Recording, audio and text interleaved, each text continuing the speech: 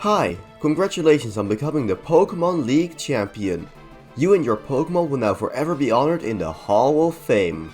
Unless the flow of time suddenly got reversed, but that would be absurd.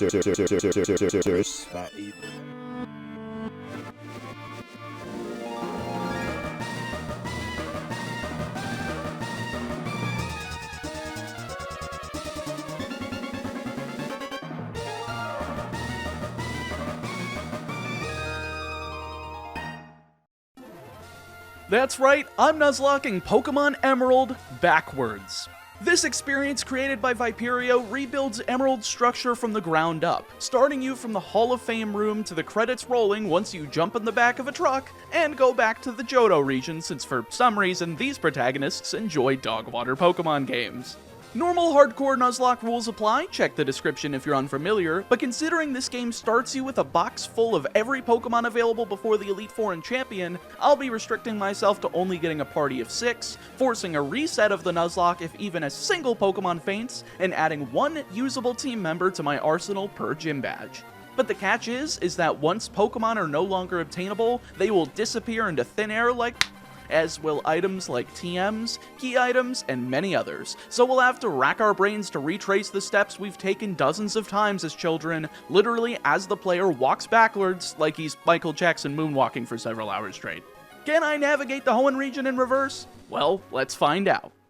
Immediately from the beginning, we're given a starter selection on the Professor screen, in which I choose Mudkip since there's no way I'm bringing Sceptile or Blaziken without Speed Boost into the Hoenn Elite Four, considering we have Glacia and Wallace to worry about respectively. Of course, this means team building from the get-go, with a little over 3 boxes worth of Pokemon to work with.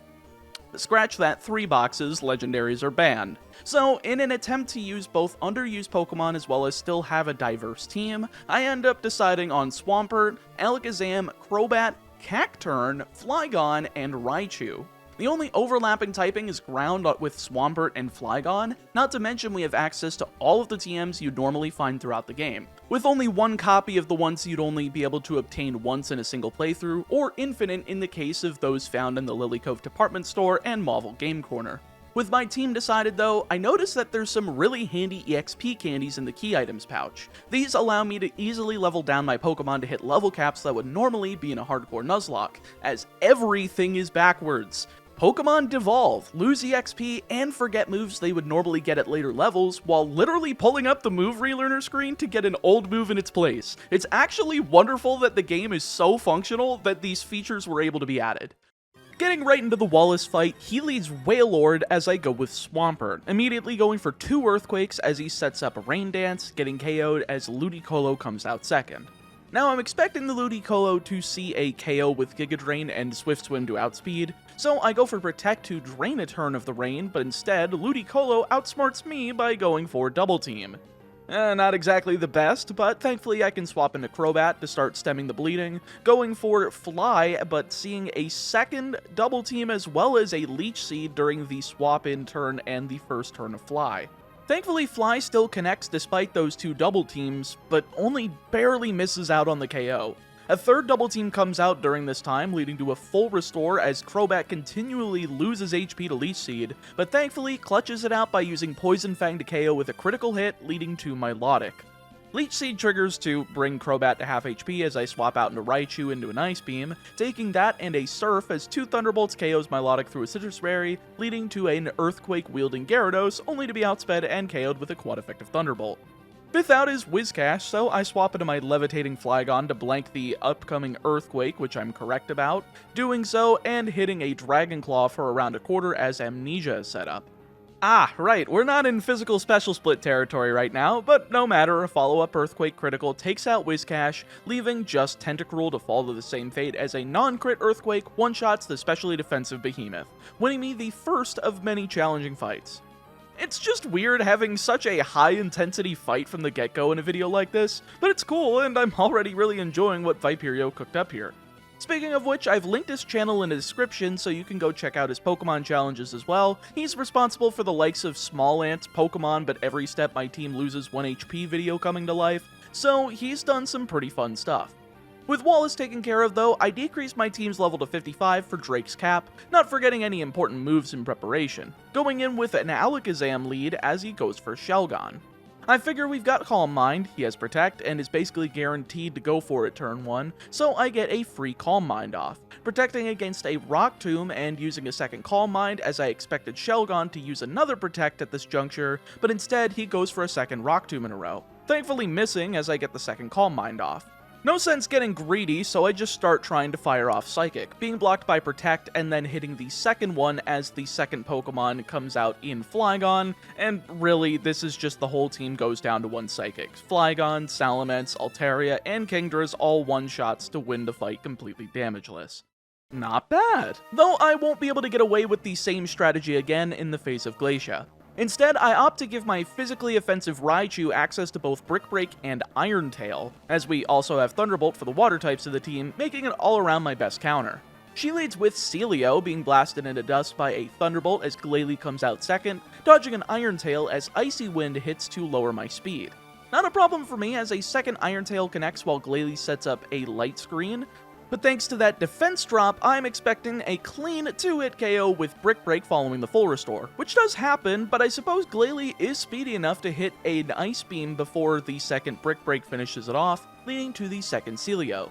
Thunderbolt is once again a one-shot here, leading to the second Glalie, so I swap into Swampert on a Hail, hitting Earthquake through an Ice Beam, then protecting against the very obvious explosion coming my way, leaving just Walrein.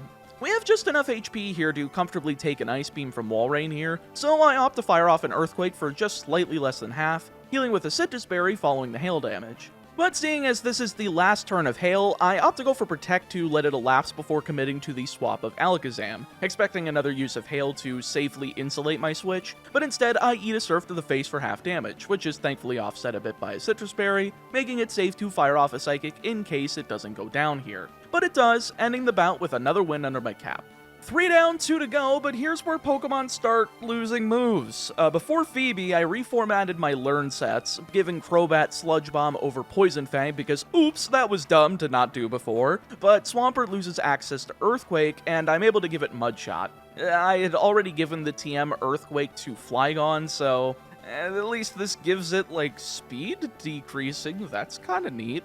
Oh yeah, and Cacturne also loses Sandstorm, which in turn lets me relearn Feint Attack, so now I do have a Stab Dark-type move for it. Pretty handy considering Phoebe's up next, starting Dusclops as I go with Flygon, immediately firing off Crunch in the face of Protect, hitting for half as Confuse Ray hits, thankfully being healed off by my held Person Berry as a follow-up Earthquake after more Protect shenanigans is able to get the KO, leading to the second Dusclops. Now this one has Ice Beam, so it's an obvious swap into Swampert to tank the attack really well before firing off a critical Surf for around 75%, taking a critical Shadow Ball in return for around half of my remaining HP before a Citrus Berry triggers. Unfortunate that my estimates on Surf getting the KO on the follow-up was wrong here, instead just taking out what the Citrus Berry healed as a second Shadow Ball brings Swampert into KO territory. Next turn though, either A, I outspeed and KO with another Surf, or B, she goes for a full restore, so I may as well stay in, hitting one last attack when she's fully healed, somehow getting a crit and KOing Dusclops in one shot thanks to the Torrent boost. That's mighty convenient. Now she goes for Bayonet as I bring in Raichu, taking a Shadow Ball with a little bit over half HP remaining, KOing with 2 Thunderbolts as I'm brought into the red, leading to Sableye. Seems like just as good a time as any to finally bring in my own Dark type, swapping into Cacturne on a weak Feint Attack to hit 2 Needle Arms through a double team to KO, leaving just the second Bayonet to try and Vein to do damage with Facade, failing miserably as a second Feint Attack drops the Ghost into a second grave, giving me the 4th of 5 wins needed to emerge into the open world of Hoenn. Going down to level 49 for the last one, I don't lose any moves thankfully, and Sydney's not the scariest trainer imaginable, as I have plenty of counters like Raichu's Brick Break and Thunderbolt for Sharpedo, Crobat for Cacturne and Shiftry, as well as just general damage dealers in Swampert and Flygon, in case things start looking rough. I opt to lead with Cacturn here against his Mightyena, eating the Intimidate as Needle connects through a Sand Attack for over half, KOing on the following turn through a Double Edge that does less than half to Cacturn, but with Absol coming out second and definitely thinking of going for Aerial Ace, I figure a swap to Raichu is warranted, and I'm blessed with a Static Paralysis as Absol hits for barely any damage whatsoever, hitting a Rock Slide as 2 Brick Breaks KOs the edgy dog, leading to Shiftry. I figure I can stay in easily still and just deal out more Brick Breaks, hitting once for over half as Shiftry goes for Double Team, but the second isn't able to connect through that thin veil of nonsense as Swagger connects on Raichu. Well then, I guess I should have had a Person Berry held here. Would have made for a clean sweep at this point, but that's not that big of a deal though, as I can safely swap into Cacturn as Shiftry basically has nothing to hit me with that does much, though Swagger once again connects and makes Cacturn hit itself into the red. Well, I guess this is the only time Alakazam can safely enter, as Shiftry has no Dark-type moves, so I go in and hope to KO with Shockwave, seeing a second Double Team on switch in, and instead bringing it into the red, and leaving it to hit me with, once again, Swagger. Well, at least Crobat can come in on the full restore turn, thankfully, finally connecting with Sludge Bomb for the clean one-shot to bypass those accuracy shenanigans, doing the same to Cacturn as Crawdaunt is all that remains. I shift over to Swampert as Sword Stance is set up, hitting repeated mud shots as he goes for it a second time, which is a little frightening, then for a +4 strength that does over half. Not a problem though, as a third mud shot is more than enough to KO, ending the Elite Four and letting me emerge into Evergrande City unscathed. And in case you were wondering why I had no worries going for 3 mud shots in a row at 95% accuracy, it's because the only thing that ever kills my Nuzlocks are ranges. Ranges are the only thing that ever do a goddamn thing to me. It doesn't happen with criticals, it doesn't happen with accuracy unless it's Double Team and Sand Attack being absolute dickheads. It's just basically that, and yeah, so Sword Stance, yeah, see you later.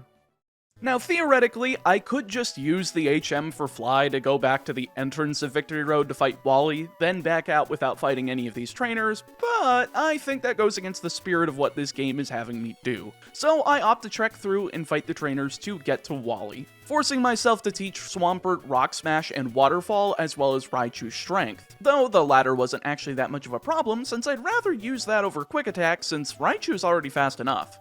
But with that, Wally leads off with Altaria, I go with Swampert and immediately Ice Beam it into Oblivion after seeing a Dragon Dance, critting it to take it down. Second out is Roselia, and while I'd love to stay in and Ice Beam it just as well, I opt to swap into Crobat to tank a quad-resisted Magical Leaf, firing off a Sludge Bomb to KO as Gardevoir enters third.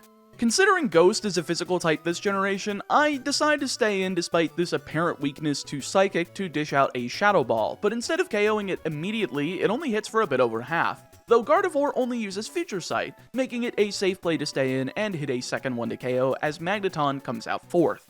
On the verge of both Future Sight hitting and an electric type attack potentially coming through, I go out into Flygon to both dodge Supersonic and Future Sight, using Dragon Claw accidentally because my controller ate my down input to go to Earthquake, being hit by Screech before KOing with the intended Earthquake next turn. All that remains is Delcatty, and despite that decreased defense, Earthquake is still an easy one-shot from this point, so I'm good to just take it down, proceeding out of Victory Road, and back onto the first area of Evergrande City. And since at this point I can fly without it really affecting anything in terms of trainer battles, I just fly straight into Sootopolis for the fight against Juan. He leads off with Love Disc, I go with Cacturn, and immediately get hit with Sweet Kiss, being confused but still hitting with a one-shot Needle Arm as Celio comes in second. As expected, so it's out to Raichu to eat an Aurora Beam for barely any damage at all as Thunderbolt takes the funny Walrus Man out. Third is Whiscash, so now I'm expecting Earthquake, so of course I'm gonna swap into Crobat only to see Rain Dance set up instead. I mean, yeah, that was my second guess, but I'm still able to go for Fly, hitting for less than half as Whiscash sets up 2 Amnesias, then is taken down into the red by Shadow Ball, all while Water Pulse barely does any damage, even in the rain. A full restore does bring Whiscash back to full HP, but thanks to a non-crit Shadow Ball succeeded by a critical, manages to take out Whiscash without any further damage to Crobat, leaving just 2 more of Juan's Pokemon as Kingdra enters fourth. Now, I think Swampert has the best chance of succeeding here in terms of resisting the attacks and dealing the most damage, though my best attacking move is Rock Smash, due to Ice Beam, Surf, and Waterfall not really being the best here. I do manage to hit a few rock smashes, but those damn double teams keep me held down for a good amount of time, only managing to do about a third before Swampert's too weak to continue. However, I do think that Raichu should be able to clean this up, assuming we don't miss with Thunderbolt, and while we don't miss with the first one following an Ice Beam, a Water Pulse does bring Raichu on the brink of red HP as Juan's Kingdra is now in healing range. At this point though, I guess it would be the most sensible option to swap into Alakazam, set up Calm Mind as he continues to set up Double Team, and sure enough this occurs as we go for that exchange for 3 turns before I set up a 4th Calm Mind and he hits Water Pulse for barely any damage, finally letting me use the accuracy bypassing Shockwave to nearly KO in one shot. However, since this Kingdra has Rest and a Chesto Berry, I think I can get away with using one more Calm Mind, it using Rest, healing, and then KOing it next turn without any consequence. And sure enough, it happens just as written up. Calm Mind into +5 Shockwave, leaving just Crawdaunt to fall to the same fate to win me the fight. Not bad whatsoever, but now here's where things start getting wonky. Just a single step after the fight with Juan, we start seeing moves go away like Dragon Claw for Flygon, Iron Tail for Raichu, and Waterfall for Swampert. Though admittedly, that last one is nice since I get back Mudshot, though I will have to give it Dive shortly, so I likely won't have Mudshot for Tate and Liza. Not that it matters though, I think Surf is going to be covering that fight pretty handily as a double battle against 2 rock types and a ground type. After walking out of the gym though, we immediately see Rayquaza fly down and be like, "Hey! I thought I told you 2 bastards to stop," but then immediately f***ing off back to Skypillar. Because of that, we need to get back to the top of Skypillar and then talk to Rayquaza, but he's like, nah, and he just flies off. Not even allowed to catch it at any point. Not a problem for me though, as legendaries are banned. So with Groudon and Kyogre still fighting and with the whole time reversal thing going on, it would only make sense to go to the seafloor cavern to fight Archie to make sure the damage doesn't end up occurring at all, with him leading Mightyena as I go with Swampert. Surf nearly KOs here, but Scary Face does end up lowering my speed, though it doesn't matter as Archie has Blaine Syndrome and uses Super Potions this late into the game. Or, I guess, early? This game is confusing. Anyway, it ends up being KO'd by a second Surf. Second out is Crobat, and Blaine Syndrome strikes again. An Air Cutter does end up doing a wee bit of damage to Swampert, but 2 Ice Beams causes the KO through another Super Potion, leaving just Sharpedo. We still have Rock Smash though, so after a Swagger connects to bring us to +2 attack, a Rock Smash does well over half. Though with that confusion and rough skin damage, I opt to just swap into Crobat to finish off the Sharpedo with our superior speed stat, hitting Sludge Bomb to end the fight and cause Kyogre to go back into its heavy slumber. Sweet, and now with Archie taken care of, I suppose all I need to do is go back to Moss Deep for the multi-battle against Archie and Tabitha, as well as the Tate and Liza gym battle. However, my mind is quite boggled by most of the process, as I keep missing small details, like having to go back to Steven's house first to lose the HM for Dive before Team Magma pops up in the Moss Deep Space Center, but I do figure it out quickly and head inside to take them down alongside Steven. They lead Camerupt and Mightyena as we go with Swampert and Metang, hitting Surf to do less than half to Mightyena, but KOing Camerupt, all while Mightyena misses with Scary Face and Metang sets up Light Screen, giving Swampert free reign to KO the follow-up Golbat on Tabitha's side with a one-shot crit Ice Beam, leading to Tabitha's Mightyena. However, Maxie's Mightyena is just having no luck whatsoever, missing a Swagger right after the Scary Face miss, giving me yet another turn to go for Surf unopposed, doing around the same damage to both Mightyenas, all while Metang is finally hit by a Swagger, and Swampert with a Scary Face, followed by another Swagger from Maxie's Mightyena, before Tabitha is taken out by a Metang Metal Claw, and Maxie's by Swampert's Surf, leading to Camerupt. Amnesia might be good normally, but Surf is still quad effective and stab, so it KOs immediately, leaving just Crobat defend for itself as it gets hit by a +2 Metal Claw after Metang snaps out of confusion, and a super effective Ice Beam, only managing to hit a single wing attack on Metang before going down and winning us the battle. Usually that fight's a lot harder, but focusing on the team's weak link and cutting down Maxie from there does make it a much more trivial pursuit for kids. I know, bad puns are my specialty, you don't have to thank me. However, we just get through Tate and Liza's gym trainers after that, complete with a now devolved Vibrava who's quickly becoming the most useless team member I have, and with that we're able to go take them down. They lead with Xatu and Claydol, I lead with Swampert and Cacturne, and quite frankly, I'm just going for taking down the Pokemon weak to grass and water, hitting Surf and Needle Arm to do some chip damage to Xatu and KO Claydol through a Calm Mind on Xatu and Earthquake from Claydol, leading to Solrock. I do the same thing next turn thanks to a held Person Berry on Cacturn, healing from Xatu's Confuse Ray as Soul Rock goes down during the charging turn of Solar Beam, leaving just Lunatone to go down to the same Surf and Needlearm combo despite setting up a light screen following Surf and Xatu, getting up a second Calm Mind. This just leaves the Xatu at half HP though because it's been hit by 3 Surfs, easily being KO'd by an Ice Beam and Feint Attack combo as he sets up Sunny Day for some ungodly reason, KOing the bird and winning me the fight all while only taking a single Earthquake. That's 2 badges off my trainer card, only need to reverse 6 more before jumping in the back of a moving truck. Truly, this game is a work of art. One step after Tate and Liza, we start losing moves again, like Earthquake on Vibrava, as well as Brick Break on Raichu. But hey, at least we get Swampert once again getting Mud Shot after forgetting Dive, so there's no longer a breadth of water-based HMs I need to use to progress through the rest of the game. However, there's still more water guys, and that includes the Lily Cove Aqua Hideout, including some guy named Matt that's supposedly important. All I can think of when I see this admin is, Hi, I'm Matt. And it's sad to think that this is one of the most recent sketches from SNL that's actually good. It's sad. As someone born in 2000, there's been barely any good SNL since I've been alive, but then I look back at the likes of Eddie Murphy and Chris Farley, and I wonder just how this show's humor has gotten so bad, and how they thought Elon Musk, dressed up as Wario, was a good idea. Anyway, Matt dies. The end. No, but seriously, I do just fry him deep dish pizza style with Raichu, using Thunderbolt to one-shot both Mightyena and Golbat. Now with them taken down, I guess I've used a few of the TMs found in the Lily Cove department store, so it would only be fair that I take on May as well, with her leading Tropius as I go with Raichu, hitting Thunderbolt for well over half as she goes for Sweet Scent. Doing basically nothing as a critical Thunderbolt rubs salt into Tropius' corpse as Grovyle enters second, going down to 2 strengths following a Screech. Third out is Slugma, and I'm not even scared with -2 defense, hitting Thunderbolt for the one-shot to leave just Pelipper. All this battle's done and dusted, just gotta wait a turn for Protect, and then one-shot KO and move on with my life. Flying over to Slateport to witness the submarine presumably be returned by Archie, then head over to Lava Ridge Town to bounce my way up with the Acrobike into the Magma Hideout, taking on Maxie at the end. He leads off with Mightyena, I lead Swampert, and while Intimidate sucks normally, Surf is the best here, being a 2-shot normally, but following a missed Scary Face and Super Potion, it's a 3-shot as Swampert emerges unscathed going into Crobat. First up, of course, he goes for Confuse Ray, healed conveniently by a held Person Berry, as Ice Beam brings him into Super Potion range, only to die to a critical hit after Maxie wastes the item, giving me just Camera Up to fall to a single Surf to win me the fight completely damageless. L, skill issue, you fell off, touch grass, eat ass, yada yada, I have 0 original insults.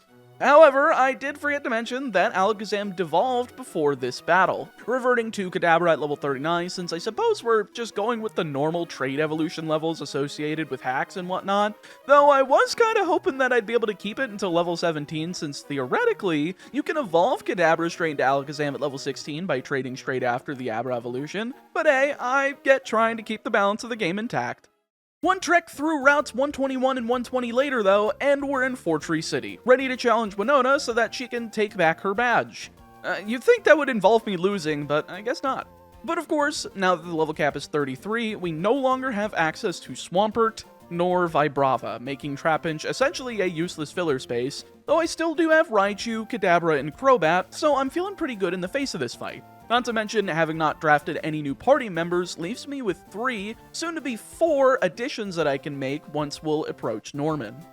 Winona leads Swablu, so I of course go with Raichu and blast it out of the sky with a Thunderbolt, leading to Altaria. The Dragon typing does make Thunderbolt neutral, but thanks to a paralysis on the first turn, I decide to stay in and go for Strength, in which case she's held down for another turn as I go for another Strength following an Oranberry, which doesn't KO. But she's held down by a 3rd turn of paralysis as Winona uses a Hyper Potion next turn, allowing for 2 more Thunderbolts to hit before a 4th turn in a row, giving me a free, damageless KO with Thunderbolt. Now before anybody says it, I know this Altaria has Earthquake, but Altaria is really bad at attacking, hence why I was fine with staying in on Raichu. But I did not expect it to just not be able to hit anything at all. It gotta be the funniest thing that just happened this entire run. From here, I can stay in with Raichu as she brings out Skarmory, using Thunderbolt for the one-shot as Tropius is out 4th. The grass typing does make it once again neutral, but it still does a little under half with Thunderbolt, letting her set up Sunny Day as I go for Strength next turn, only seeing an Aerial Ace for pretty minimal damage. However, I think I can finish it off with Quick Attack, so I just go for it to bypass the speed boost from Chlorophyll, but it does barely miss out on the KO, while a second Aerial Ace barely does anything just as well, forcing a Hyper Potion. Unfortunately, I go for a second Quick Attack, not expecting the second Hyper Potion, so it doesn't do much just as well, but I do manage to hit 2 more Thunderbolts, seeing a static proc after a third Aerial Ace and KOing during that time, leaving just Pelipper.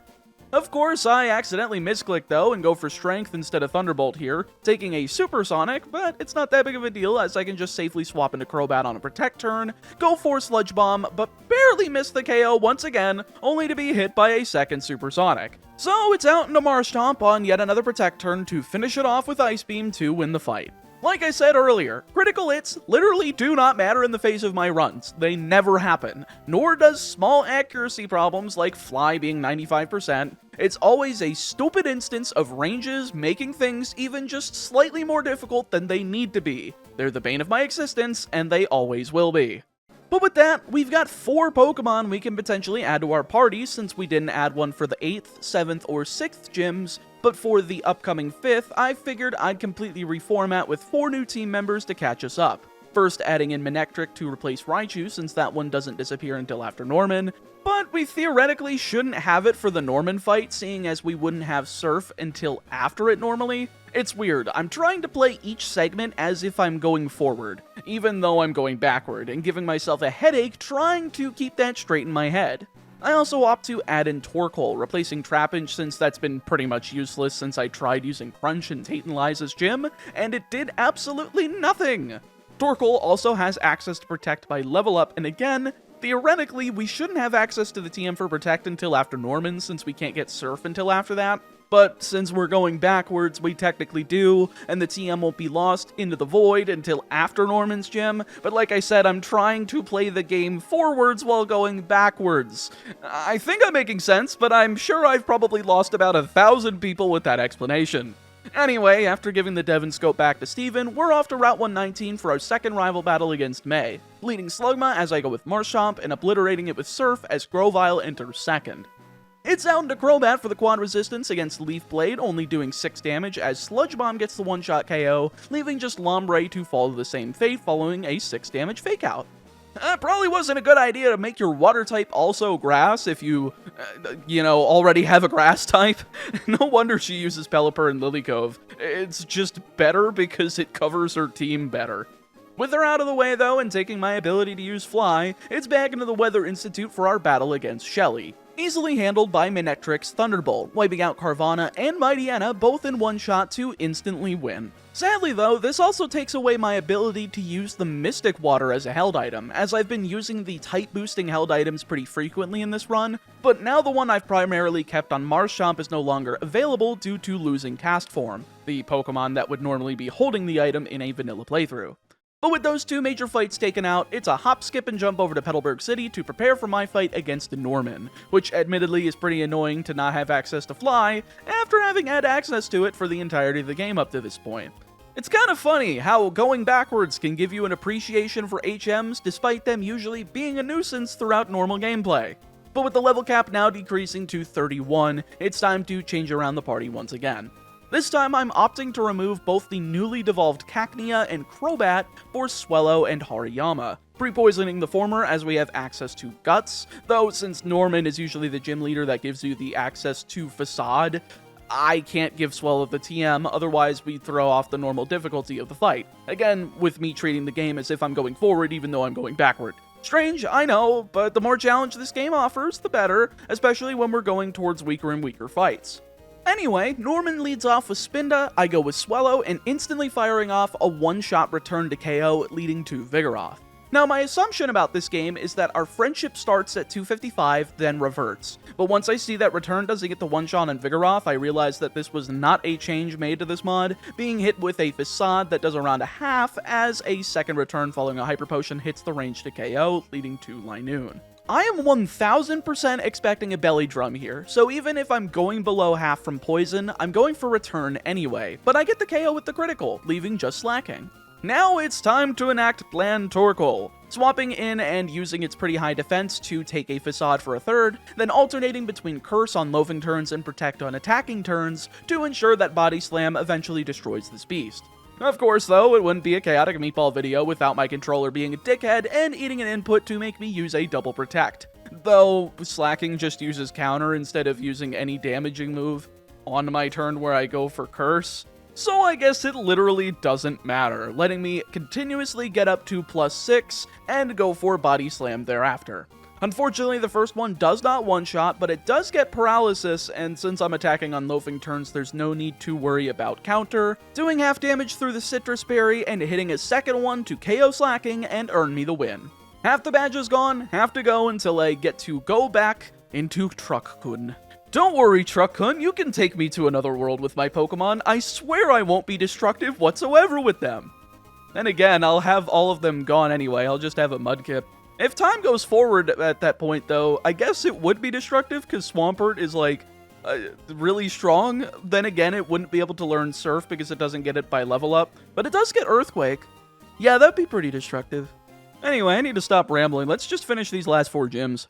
Now that we're getting closer to the beginning of the game, things are going to start accelerating rapidly. So much so that there's basically either one or no important fights between gym leaders. So we're safe to head straight into Flannery's gym, wiping out her Numel on turn 1 with Marshchomp's Water Gun, leading to Slugma, who goes down to a Mud Shot after I stupidly use Water Gun, allowing for Sunny Day to be set up.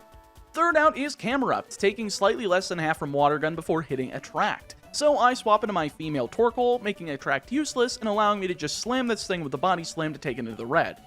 From there, I'm able to use Curse on the healing turn, but once I realize, oh, this thing has nothing to hit me with outside of Tackle, so I just go for like 4 of them in one shot following another Sunny Day, leaving just the Torkoal mirror match, which I win handily by 2-shotting with Body Slam, all while her Body Slams do a total of 5 damage, each to win the fight. 5 down, 3 to go. The only important fight between Flannery and Watson is Maxie on Mount Chimney, the last time we're going to be taking on any of the team admins, leading Mightyena as I go with Marshtomp, landing Mudshot for around a quarter and lowering his speed as Bite does 15 damage, letting Rock Smash take the reins from this position and bring him into the red, but forcing a Super Potion because of it. Because of that and Sand Attack, eventually Marshtomp is taken into crit territory, so I figure there's no reason to stay in, instead swapping to Hariyama and finishing off Mightyena with a Fake Out to KO and lead into Zubat. Once again, not staying in on something we're weak to, so it's out to Manectric to hit a super effective Thunderbolt to KO and leave just Camerupt, in which I go back into Hariyama since we've got a huge HP and defense stat, taking a magnitude 9 that somehow does less than half, then dishing out a Fake Out and 3 Arm Thrusts, with a 3-hit followed by a Focus Energy, a Super Potion followed by a 5-hit, and a 1-hit that outspeeds and KOs to win me the fight. The only thing I was worried about was a magnitude 10 following that first 9 hit, but once the 5-hit Arm Thrust happened, I knew that fight was in the bag easily. Before I can go take out Watson though, I've got to go down to Route 114 and into Meteor Falls to do the confrontation with both Team Magma and Aqua, with no fights at least, but it's out of the way enough for me to mention. Finally traveling all the way back to Mauville City to take on... Watson? Where'd you go? I mean, I figured I forgot to go return the HM for Strength in the Rust Turf Tunnel, so I went to do that, but Watson still didn't appear. I'm stumped, so I reached out to Viperio to ask if I had done something wrong or had forgotten something, and it turns out I needed to clear out the new Mauville side quest so that Watson would appear back in his gym. However, I also reached out to DRXX, a fellow Nuzlocker that was also given access to this patch, and he didn't even do the new Mauville quest, yet Watson showed up. Though he had a different isolated problem in which he couldn't continue past the Cave of Origin originally, where Wallace shows up and tells you to go up the Sky Pillar to get Rayquaza simply because he dove back into Sootopolis rather than using Fly. So I think there's still some kinks to iron out when it comes to debugging, but I digress. He sets the flag for Watson to appear, so we're able to continue with our challenge. Watson leads Voltorb, I lead Marshtomp, and unsurprisingly, it's a Mudshot sweep, taking a 1 damage rollout before one-shotting Voltorb, outspeeding and 1-hit KOing Electrike, dodging Supersonic and destroying Magneton, and finally Manectric, who manages to hit a critical Quick Attack before taking over half from Mudshot, but the Citrus Berry heals him out of range, going into the red as he goes for Howl from a second one. However, because of that and all of the speed decreases, even with 2 super potions, 3 more Mudshots are able to take him down, even if Quick Attack does land and bring Marshtomp to less than half HP. Simple and to the point. 2 more badges to go, and while we've cooled off with team members losing moves, we do straight up have Torkoal disappear from the party after the Watson fight, all while Swellow, who I managed to keep poisoned since Norman, finally forgets the TM for return, leaving me to have to rely on Quick Attack and Wing Attack, which admittedly the latter move should be more than enough for me to run through Brawly. Not to mention, Manectric devolves back into Electrike, and Hariyama is on the verge of reverting to Makahita in a single level, so we're really losing power even though we don't have much to contend with for the remainder of the game. Speaking of which, Wally is right outside of the gym with his Ralts, dying immediately to a Marshtomp Mudshot. But who cares? You guys want to see the May battle on Route 110, don't ya? Well, considering I need to fill that team slot again, I brought Crobat back into the team and de-leveled him, forgetting my best moves in Sludge Bomb, Fly, and Confuse Ray, even reverting back to Golbat, but that still should be good enough for May, even if Hariyama devolves before the fight as well. She leads with Wingull, I go with Golbat, and hit a Wing Attack for the one-shot as she brings in Slugma, once again hitting Wing Attack for the one-shot complete with no burn from Flame Body, leaving just Grovyle to be KO'd in 1 Wing Attack to win me the fight. And to think that fight would ever cause me any issues. However, what did cause an issue was Golbat de-leveling during the trainer battle right after, and despite hitting level 21 during that fight, Golbat didn't devolve into Zubat. I thought this was an instant problem, so I used a candy to force the devolution, but turns out that was just because the script of the game regarding bringing up the move relearner menu wasn't playing nice with the post-battle script. So taking a step was required to make those sorts of events take place, and I didn't take a step between using the candy. Weird, I know, but this is just the way things had to be done, I suppose. Speaking of devolution, sadly Swellow finally devolves into Tailo as we get into Slateport City, though it still retains Guts and I'm able to take out the Aqua Grunts in the Oceanic Museum thanks to it. But it turns out they auto-heal you after those fights and I lose my poisoning. Well, I don't feel like pre-poisoning Tailo again, so after snatching the letter out of Steven's hands in Granite Cave so I can give it back to his dad, we're just gonna have to raw dog Brawly harder than Belle Delphine. Yeah. Man, this video is getting slapped with cutaway gags harder than Family Guy's entire 21st season. Brawly leads off with Machamp, myself with Tailo, and bam, Wing Attack KO. Metatite, bam, whipped down by the power of Wings Season 3. Never leave the house without it. Alright, I've exhausted all I can out of this bit. Last out is Makahita, and Wing Attack isn't quite enough to KO it, allowing me to set up a bulk up and heal with a Citrus Berry with enough HP to where the defense boost is enough to survive a second Wing Attack, making it so that Vital Throw is able to connect for over half damage. But from this position, Brawly's locked into a Super Potion, letting me hit 2 more Wing Attacks to get the KO and the win, all while forgetting yet another attack. But not Wing Attack, so we're still in the clear, baby! But with just the first gym and the last 2 May fights remaining, I opt to move everything out of my party, adding only a single new team member in Lombre so that we can have a small team of 3 to equal the amount of team members used by Roxanne. Now you may be asking, last 2 May fights? Well, technically there is an optional one after Roxanne in Vanilla Emerald, and I said screw it, why not take her on? She leads with Wingull, I go with Tailo and Wing Attack it to rip it to shreds, doing so to Trico just as well to finish the fight straight away. Awesome, now all I've got to do is return this letter, head into Rustroof Tunnel, kill this guy's dog, devolve Marshtomp into Mudkip, and crush some solid rocks, brother! Roxanne leads with Geodude. I go with Lombre, and Bullet Seed is able to take the KO with a 2-hitter, leading to the second Geodude who goes down to the same 2-hit Bullet Seed. This leaves just Nose Pass, and while Bullet Seed doesn't do as well here, it can potentially do more than Absorb as long as we get more than a 2-hit, getting a 3-hit combo for around half as Nose Pass misses with Rock Tomb. Unfortunately, with an Oran Berry, a second 3-hit combo isn't enough to KO, but once again, Roxanne hilariously misses with a Rock Tomb, forcing a potion that doesn't fully heal Nose Pass, and leaves her susceptible to a 4-hit Bullet Seed that KOs Nose Pass from around 75%, giving me the win and dropping my last badge of the run. All that remains is the Aqua Grunt in Petalburg Woods being crushed by Lombre's Absorb in 3 hits, as well as doing the catching tutorial, and finally losing all of my party members but Mudkip, reverting to level 6 with just enough EXP to reflect what you would get from the Zigzagoon after choosing your starter, and the first battle against May, which in turn is our final battle against her. It's symbolic, and at this point, just my level 6 Mudkip whooping Trico with a few tackles, taking Leer and Pound in sequence as the speed tie gives me the last 2 tackles needed to KO, finishing the second to last battle of the game as I nickname Mudkip goodbye, have a choice of Mudkip, Mudkip, or Mudkip, and KO Zigzagoon before leaving my friend in the bag forever, finally finding Truck-kun to end the run. Boy howdy, this was an interesting game, and I've got to give a huge shout out to fellow Pokemon Challenge creator Nuzlocke Joe for giving me the idea, as he did a similar run in FireRed and LeafGreen, but it was criminally underwatched and underappreciated, so it would mean a lot if you go check out their run. Their mod wasn't as crazy detailed as this one, as I wanted to make sure this was as an immersive an experience as possible for the video, and I'm glad that it came out as well as it did. It could be really fun trying to monotype Nuzlocke this in reverse with all of the different types that have been done in Vanilla Emerald, but that's for the future. For now, I'm off to finish the franchise Nuzlocke. If you guys liked what you saw, make sure to subscribe to the channel, like this video, and comment below what crazy Pokemon challenge ideas you have so that I can maybe try them in the future. Until then, stay safe, stay healthy, and I'll see you next time.